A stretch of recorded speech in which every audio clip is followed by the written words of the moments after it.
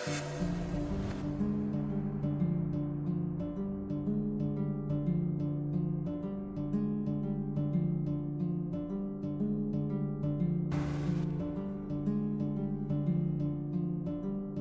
pamilya natin ay ang siyang kakampi at karamay natin sa anumang pagsubok na pagdadaanan.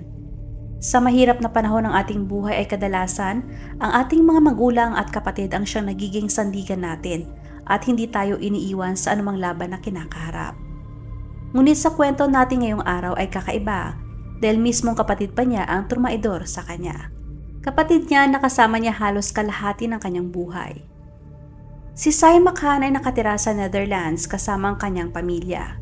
Kasama na doon ang kanyang mga magulang, dalawang kapatid na lalaki at kapatid na babae na si Saba Khan na sobrang mahal ni Saima. Si Saima ay 7 taong mas matanda kaysa kay Saba, ngunit sa kabila ng agwat ng kanilang edad ay napakalapit at mahal nila ang isa't isa. Noong tumuntong sa edad na 18 si Saba, ang buong pamilya ay lumipat sa Luton Town ng England. Ilang taon pagkatapos ng paglipat nila sa England, taong 2009, si Saima ay ikinasal kay Hafiz Rehman na nakatira sa Pakistan. Ang kanilang kasal ay isang arranged marriage. Para makasal kay Saima ay kinakailangang pumunta ni Hafiz sa England at doon na din sila tumira sa pamilya ni Saima. Pagkatapos nilang makasal ay nagumpisa nang magtrabaho si Hafiz bilang taxi driver. Matapos ang kanilang kasal ay sobra silang masaya at makalipas ang ilang taong pagsasama ay nagkaroon sila ng 4 na anak. Ngunit ganun pa man ay nananatili pa rin silang nanirahan sa pamilya ni Saima. Si Saba naman ay nagdesisyon na maging abogado, ngunit hindi siya naging masaya sa university. Kaya nag-drop out siya at nag-umpisang mag-training para maging isang caregiver kagaya ni Saima. Di nagtagal ay nag-umpisa na siyang magtrabaho sa mga senior homes at sa bahay mismo ng mga pasyente. Umpisa ng taong 2016 ay nagdesisyon sina Saima at Hafiz na bumili na ng sarili nilang bahay. Nakapag-ipon silang dalawa dahil pareho naman silang may mga trabaho. Ngunit noong May 23, 2016, ang pamilya ni Saima at Hafiz ay walang ideya na ito ay magiging isang bangungot para sa kanila. Sa araw na yon ay namatay ang kapitbahay ng pamilya nila Saima at kinagabihan, ang buong pamilya nila ay dumalo sa libing sa isang mosque. Ngunit si Saima ay naka-duty sa bahay ng isang matandang babae malapit sa kanilang bahay, kaya ang 4 na anak niya ay binantayan muna ni Saba. Bandang alas 11 ng gabi ay nag-send si Saba ng message kay Saima at sinabi na ang bunsong anak na babae ay ayaw matulog at hindi tumitigil sa kakaiyak.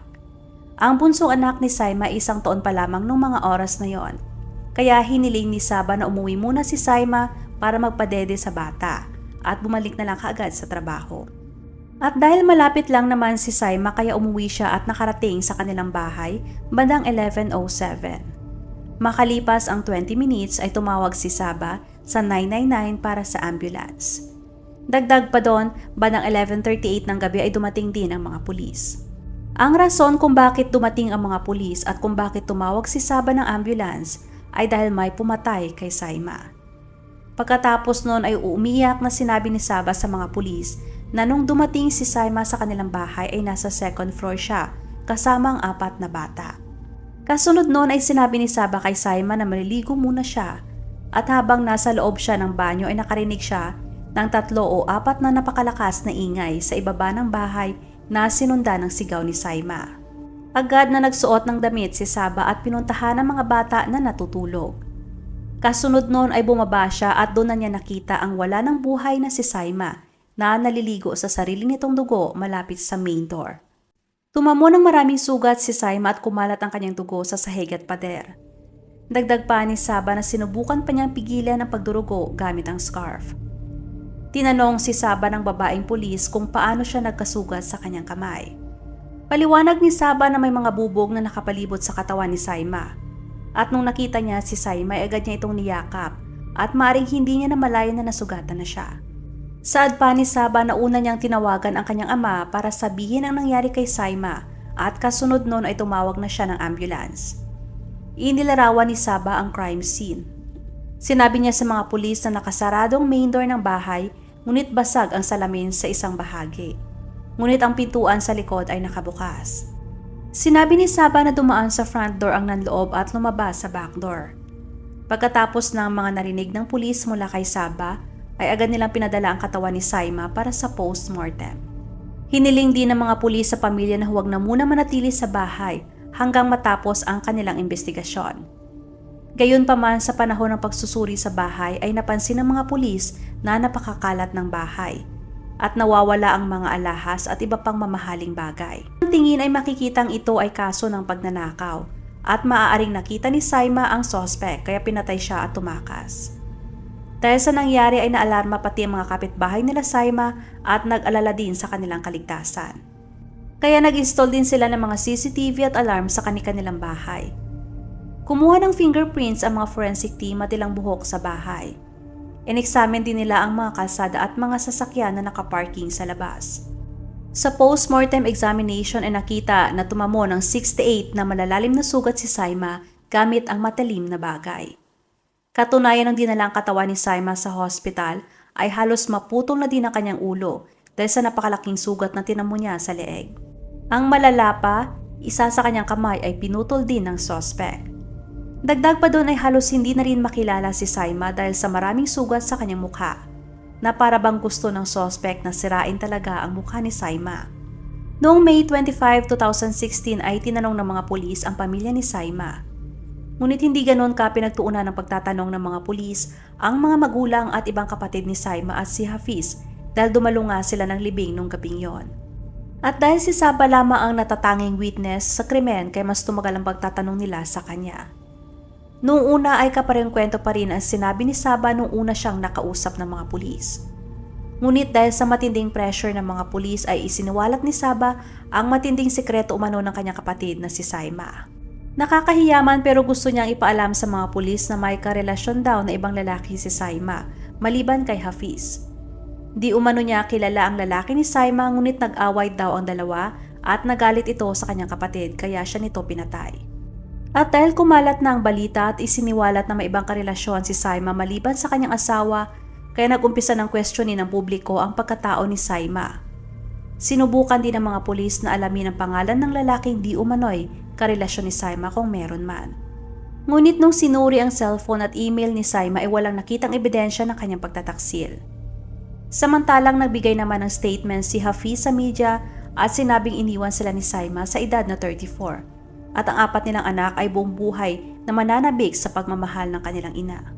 Si Saima ay isang tapat na asawa, mabuting anak at isang mapagmahal na kapatid na may malasakit sa lahat. Ngunit noong May 26, 2016 ay may kakaibang bagay na gumulat sa mga pulis. 3 araw lamang matapos mamatay ni Saima ay bumalik na sa trabaho si Saba. Kadalasan pag may namatay sa pamilya ay umaabot pa ng ilang araw bago makarecover ang pamilya. Pero kakaiba ang naging pag-uugali ni Saba.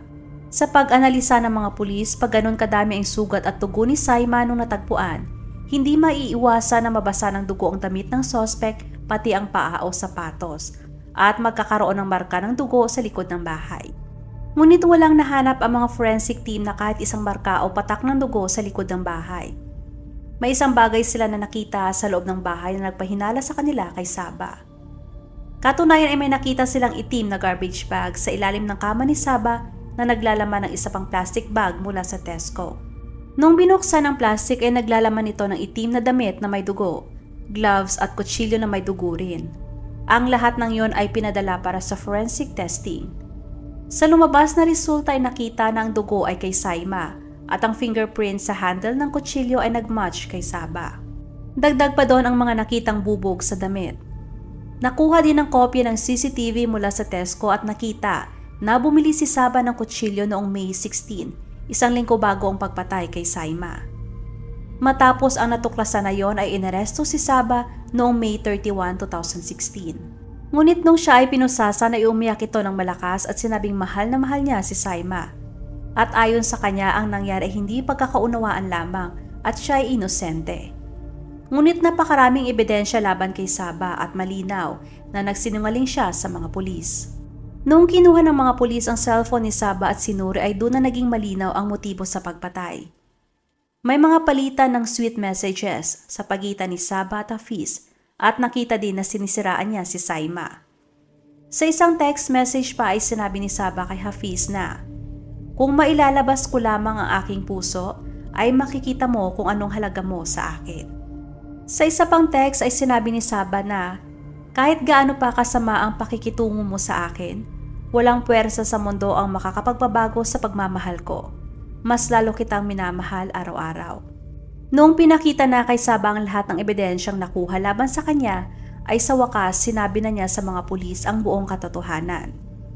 Katunayan, si Hafiz at Saba ay 4 na taong nang may relasyon at nilinlang nila ang kanilang pamilya.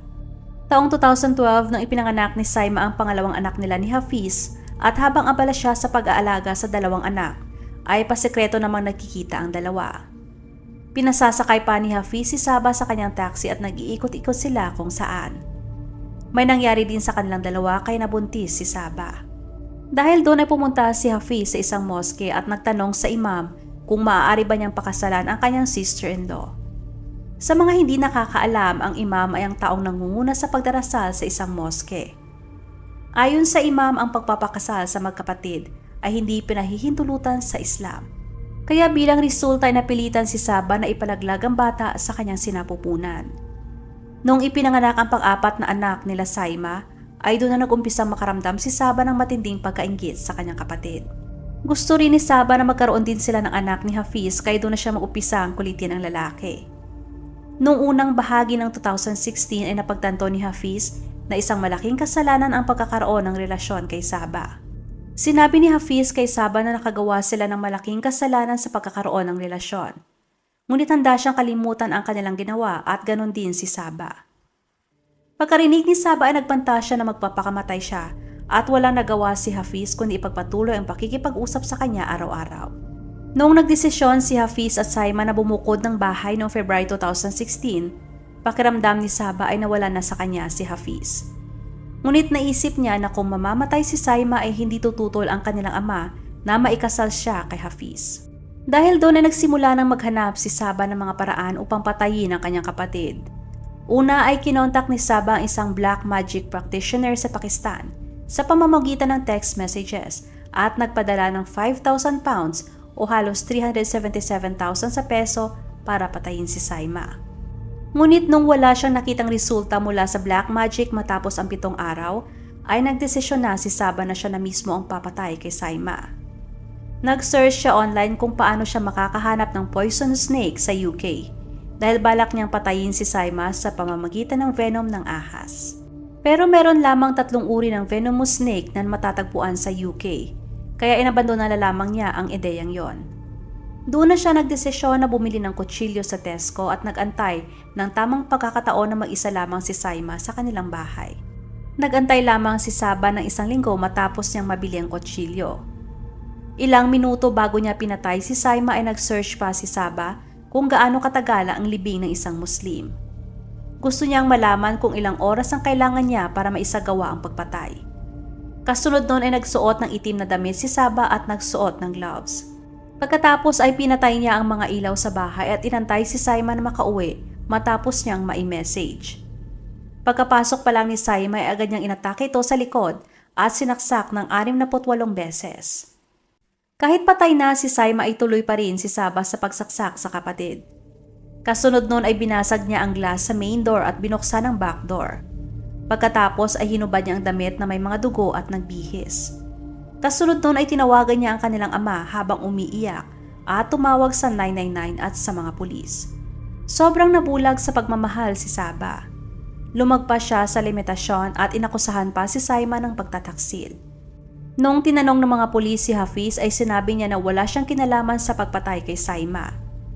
Si Saba ang sinisi ni Hafiz sa lahat ng nangyari at sinabi na minanipula siya ni Saba at siya ay inosente.